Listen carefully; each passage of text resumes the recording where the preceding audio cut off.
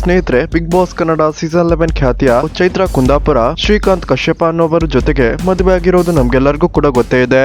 Big boss Kannada season 11 ನಲ್ಲಿ lawyer Jagadish ಅವರಿಗೆ ಟಕ್ಕರ್ ಕೊಟ್ಟಿದ್ದ ಚೈತ್ರ ಕುಂದಾಪುರ ಬರೋಬ್ಬರಿ 10 ವಾರಕ್ಕಿಂತಲೂ ಹೆಚ್ಚು ಬಿಗ್ ಬಾಸ್ ಮನೆಯಲ್ಲಿ ಉಳಿದು ಬಿಗ್ ಬಾಸ್ ಕನ್ನಡ ಸೀಸನ್ 11 ನಲ್ಲಿ ತುಂಬಾನೇ ಟಫ್ ಕಂಟೆಸ್ಟೆಂಟ್ ಆಗಿ ಹೊರಬಂದಿದ್ದರು.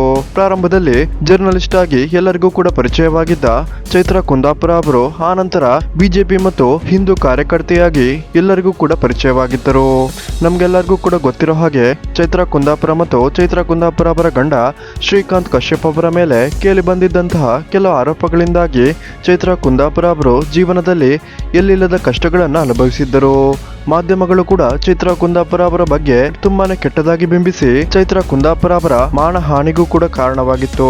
ಇದೆಲ್ಲದನ್ನು ಕೂಡ ಮರೆತು ಬಿಗ್ ಬಾಸ್ಗೆ ಹೋಗಿದ್ದ ಚೈತ್ರ ಕುಂದಾಪುರ ಅವರು ಬಿಗ್ ಬಾಸ್ ನಲ್ಲಿ ತನ್ನ ಹೊಸ ಜೀವನವನ್ನ ಶುರು ಮಾಡಿದ್ದರು. ಬಿಗ್ ಬಾಸ್ ನಲ್ಲಿ ಕಾಂಟ್ರವರ್ಷಿಯಲ್ ಕಂಟೆಸ್ಟೆಂಟ್ ಆಗಿದ್ದ ಚೈತ್ರ ಕುಂದಾಪುರ ಅವರು ಬಿಗ್ ಬಾಸ್ ನಿಂದ ಹೊರಬಂದ ಮೇಲೂ ಸಾಕಷ್ಟು ಸಮಾಜ ಸೇವೆಗಳನ್ನ ಮಾಡಿ ಇತ್ತೀಚೆಗಷ್ಟೇ ತಮ್ಮ ಗೆಳೆಯ ಶ್ರೀಕಾಂತ್ ಕಶ್ಯಪ್ ಅವರ ಜೊತೆಗೆ ದಾಂಪತ್ಯ ಜೀವನಕ್ಕೆ ಕಾಲಿಟ್ಟಿದ್ದರು. ಇದೀಗ ವೀಕ್ಷಕರೇ, ಚೈತ್ರ ಕುಂದಾಪುರ ಅವರು ಎಲ್ಲರ ಜೊತೆಗೂ ಖುಷಿಯ ಸುದ್ದಿಯನ್ನ ತಮ್ಮ ಸಾಮಾಜಿಕ ತಾಣಗಳಲ್ಲಿ ಹಂಚಿಕೊಂಡಿದ್ದು, ಇಷ್ಟು ದಿನಗಳ ಕಾಲ ತಮ್ಮ ಮೇಲೆ ಕೇಳಿ ಬರ್ತಿದ್ದ ಎಲ್ಲ ಆರೋಪಗಳು ಸುಳ್ಳು ಅಂತ ಸಾಬೀತಾಗಿದ್ದು ಹೈಕೋರ್ಟ್ ಕೂಡ ಚೈತ್ರ ಕುಂದಾಪುರ ಅವರ ಮೇಲಿನ ಆ ಒಂದು ಕೇಸನ್ನ ವಜಾ ಮಾಡಿದೆ ಅಂತ ತಿಳಿಸಿದ್ದಾರೆ.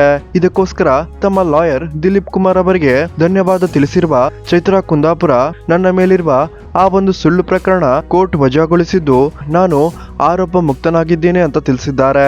ವೀಕ್ಷಕರೇ, ಇನ್ನಾದ್ರೂ ಚೈತ್ರ ಕುಂದಾಪುರ ದಂಪತಿಗೆ ಒಳ್ಳೇದಾಗ್ಲಿ ಅಂತ ಹಾರೈಸೋರು ದಯವಿಟ್ಟು ಈ ವಿಡಿಯೋಗೊಂದು ಲೈಕ್ ಮಾಡಿ ಮತ್ತು ನಿಮ್ಮ ಅನಿಸಿಕೆಯನ್ನ ಕಮೆಂಟ್ ಮಾಡಿ ತಿಳಿಸಿ.